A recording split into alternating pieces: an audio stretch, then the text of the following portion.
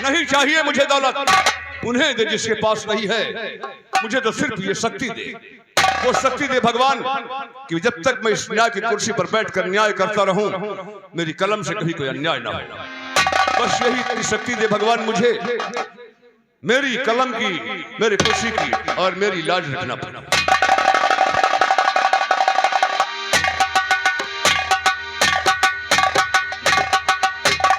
न्यायाधीश जज आलोक वर्मा। हाँ भाइयों, देखिए इतने ही कलाकारों से हमारी संगीत स्टार्ट की जा रही है। भाइयों देखिए, कहानी शहर हरियाणा से स्टार्ट हो रही है। सेठ दीनदयाल के यहाँ से कहानी शुरू होती है।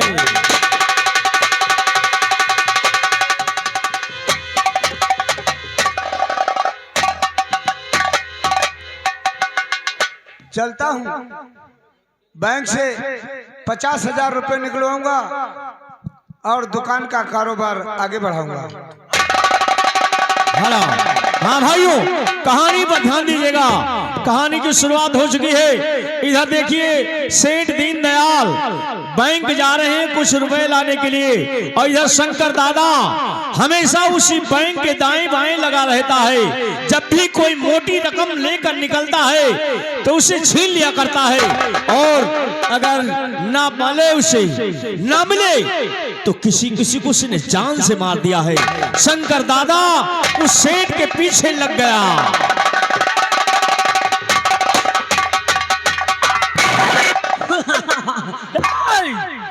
क्या देखता हूँ, क्या देखता हूँ कि सामने ग्रामीण बैंक दिखाई दे रहा है, और इसी ग्रामीण बैंक के दाएं बाएं इर्द गिर्द में हमेशा लगा रहता हूँ। जब भी कोई इस बैंक से कैश लेकर निकलता है तो मां कसम मैं उसे छीन लिया करता हूँ। क्या देखता हूँ कि मेरे सामने सेठ 50,000 का विड्रॉल भरकर और कैश लेकर बैंक में इस तरफ को जा रहा है। ठीक है, मैं चलता हूं, इस सेठ से बैग मांगूंगा। अगर सीधी तरह से दिया तो दिया, नहीं तो मां कसम मैं इसे गोली मार दूंगा। ठीक है सेठ, आगे चल रहा है, मैं तेरे पीछे आ रहा हूं।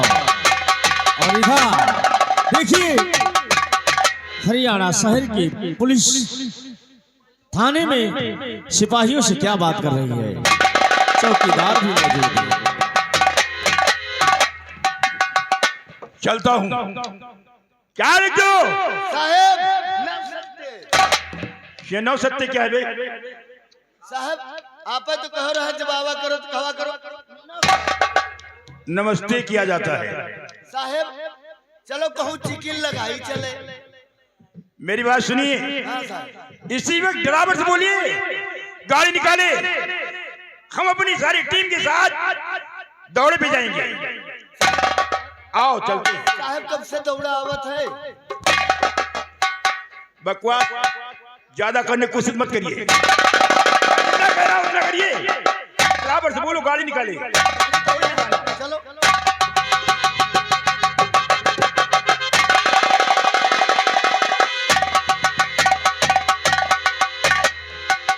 मैंने बैंक से 50,000 निकलवा लिए हैं।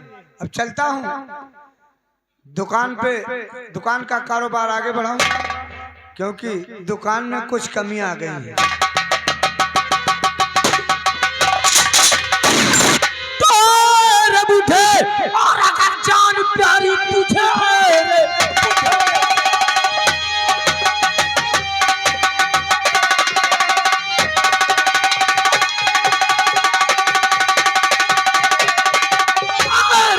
अगर जान प्यारी तुझे, सीधे चुपचाप यह पैग दे दे मुझे। जिंदगी वरना बर्बाद और कर डालूंगा, मार गोली तुझे भेजू उनके कदम।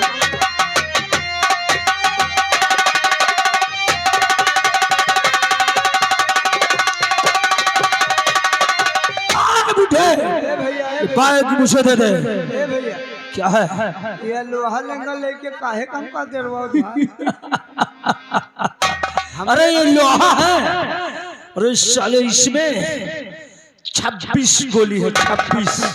भैया गोली तमाशा के बात नहीं ना, हमें लगे कुछ नहीं, बहुत भी गरीब मने क्या कहा? कुछ भी नहीं है, हमें लगे कुछ नहीं, कुछ भी नहीं है। अरे कुछ नहीं। अरे शंकर दादा की नजर, शंकर दादा की नजर कभी धोखा नहीं खा सकती है।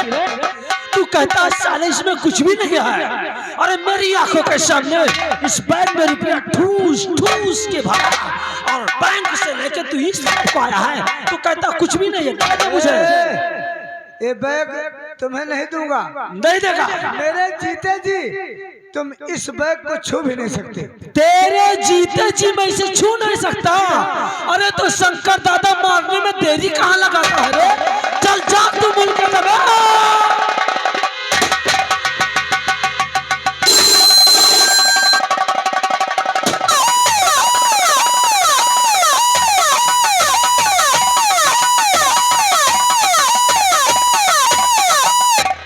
मेरे पीछे पुलिस लगी हुई है। ठीक है चलता हूँ, अब कुछ दिनों के लिए इससे खर्चा चलेगा। हाँ भाइयों, कहानी पर ध्यान दीजिएगा।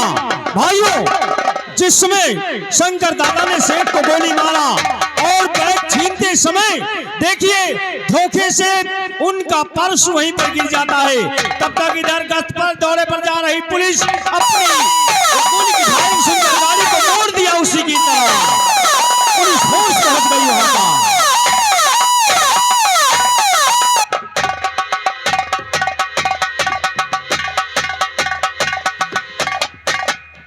क्या देखते हो? कहीं फायरिंग आवाज हुई?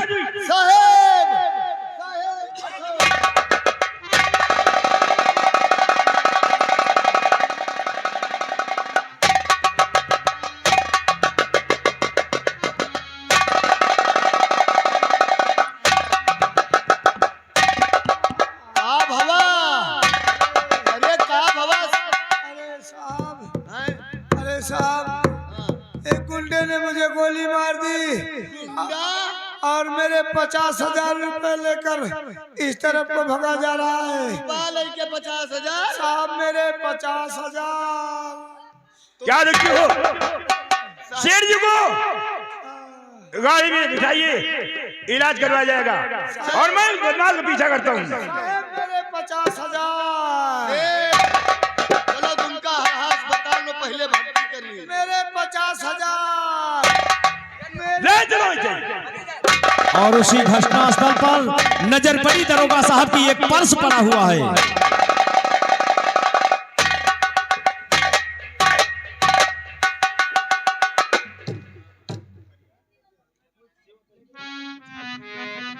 काम करिए, अब इस पर्स को और फोटो को चलो सेठ जी को दिखाता हूँ। भाइयों, जिस समय गाड़ी पर लिटाए गए सेठ दीनदयाल, दरोगा साहब ने उस पर्स को दिखाया कि सेठ जी ये बताइए पर्स तुम्हारा है? तो सेठ जी ने कहा नहीं ये पर्स मेरा नहीं है। और जब पूछा कि इसमें जो फोटो लगा है तो सेठ ने बताया कि उसी बदमाश का ये फोटो है जिसने हमें गोली मारकर 50,000 हमारे छीन कर ले गया। भाइयों, तब तक गली में ही सेठ दीनदयाल ने अपना दम तोड़ दिया।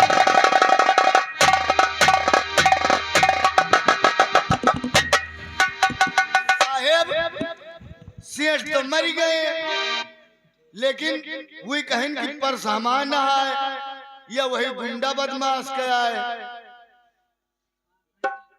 एक काम करिए, हाँ साहब, ये जो फोटो है हाँ, ये छोटी फोटो है।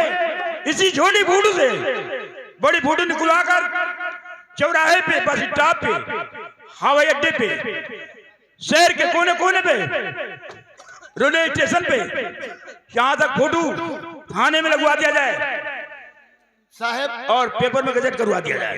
गुमटी में लगवा दे फूटू। कहीं लगवा सकते हो, इंसान की नजर पड़े उस पे कि ये फला की फोटो है, वो दिखेगा। आओ चलते हैं। चलिए बड़ी फूटू करवा।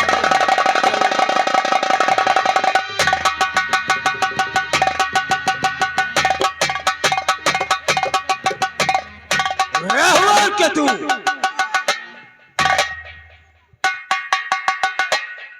ये बताओ सॉरी ये क्या है बे?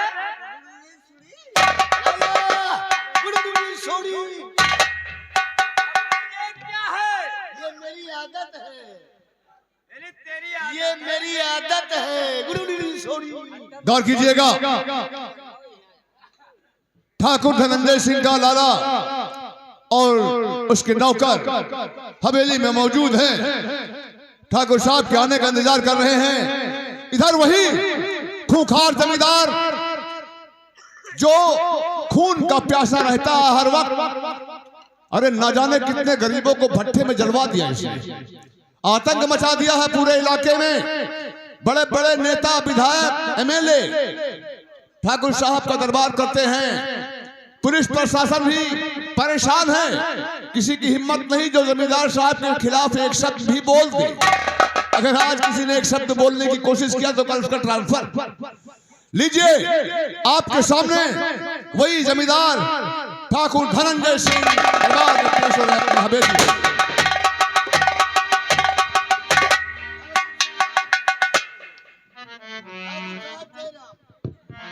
राम राम बेटा राहु केतु। हाँ लंबरदार, खा खा कर मोटे हो गए हो। नहीं लंबरदार तो हाँ, कैमरा साहब का दिन है, चेयर साहब का दिन है।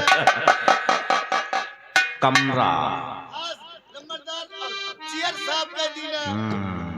हमने सुना है तुम लोगों के अंदर काफी लापरवाही आ चुकी है। हाँ राहु केतु,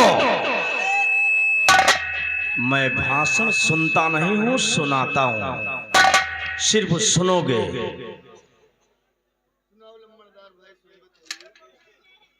लाला के आ जाने पर कमरे की सफाई होती है, लाला के पहुंचने के बाद चेयर की सफाई होती है। राहु और केतु, ये ठाकुर की गुलामी है, किसी बनिए की नौकरी नहीं। यहां गुस्ताखी की सजा मौत है। इसलिए अगर ठाकुर की गुलामी पसंद नहीं है तो छोड़ कर इसे किसी बनिए की नौकरी कर लो, तुम्हारा फायदा होगा। अगर ठाकुर की गुलामी करना है तो हमारी बातों पर गौर करो। अगर हमारी बात अपनी खोपड़िया में बसा कर रखोगे बेटा तो कभी धोखा नहीं खाओगे। एक कहावत कही गई है कि ठाकुर माने आए गए से और विप्र माने खवाए से, और लाला माने लिहे दिए से और सूद माने। अगर हमारी बात अपनी खोपड़िया में बसा कर रखोगे तो कभी धोखा नहीं खाओगे। लाला कहिए ठाकुर। ये बताइए अब तक कितने किसान कर्ज के रूप में कितना रुपया ले जा चुके हैं? ठाकुर साहब अपने यहाँ से कर्ज के रूप में 2.5 लाख रुपए ले जा चुके हैं, और उनके कागजात वो मेरे पास है। लाला कहो। ये बताइए अब तक कितने किसानों की कितनी जमीन अपने पास गिरवी के रूप में आ चुकी है? ठाकुर साहब अब तक किसानों की जमीन आपके पास 500 बीघे आ चुकी है, और उनके पेपर मेरे पास है, वो भी अंगूठा सहित। शाबाश लाला। लाला कहो। अगर कोई भी किसान कर्जा लेने के लिए आता है, अगर 10 मांगता है तो 20 देने की कोशिश करो, लेकिन अंगूठा लगवाना मत भूलिएगा, क्योंकि किसानों की सबसे बड़ी कमजोरी उनका अंगूठा ही होता है। अगर इसी तरह सारे इलाके के किसान अपनी जमीन हमरे यहाँ गिरवी रख देंगे तो हम उन्हें समझाएंगे कि ठाकुर की गुलामी क्या होती है। क्यों नहीं ठाकुर? और आज सारे इलाके में ऐलान करवा दिया जाए, सभी किसानों की फसल कट कर उनके घर पहुंच चुकी है। ऐलान कर दो सारे इलाके में कोई भी किसान अपना अनाज लेकर शहर की मंडी में बेचने के लिए नहीं जाएगा।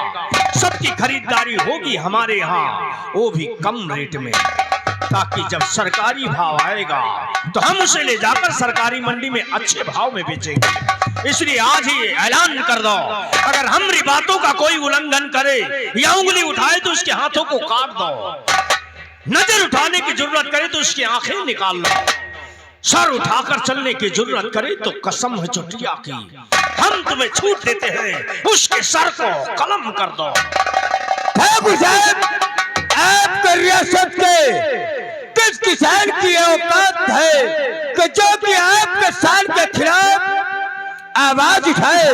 अगर ऐसा करने की जरूरत किया तो मैं और साहबजादे को चिन्ना जमीन में दफन। हाँ लाला, अगर कोई नजर उठाने की जरूरत किया तो उससे पहले हम ससुरे को पकड़कर चुटकियों में मसल देंगे। क्यों नहीं? अभी थोड़ी देर पहले प्रमुख जी का फोन आया था, हम उनसे मिलने के लिए जा रहे हैं। जब तक वापस न लौटे अपने इनादगियों में सारे आदमियों को फैला दो। सख्त नजर रखें, कोई भी किसान शहर की मंडी की तरफ जाना नहीं चाहिए।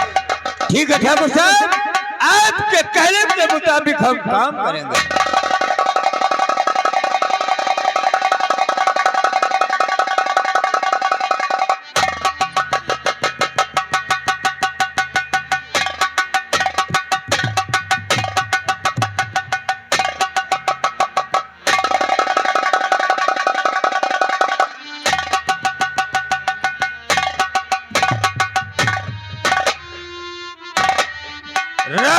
तू जाकर के सारे शहर में ऐलान कर दो कि कोई भी किसान अपना अनाज लेकर शहर की मंडी नहीं जाएगा। उसकी अनाज की खरीदारी ठाकुर साहब के गोदाम पर होगी, वो भी कम रेट। चलो हम सारे शहर में ऐलान कर दिया जाए।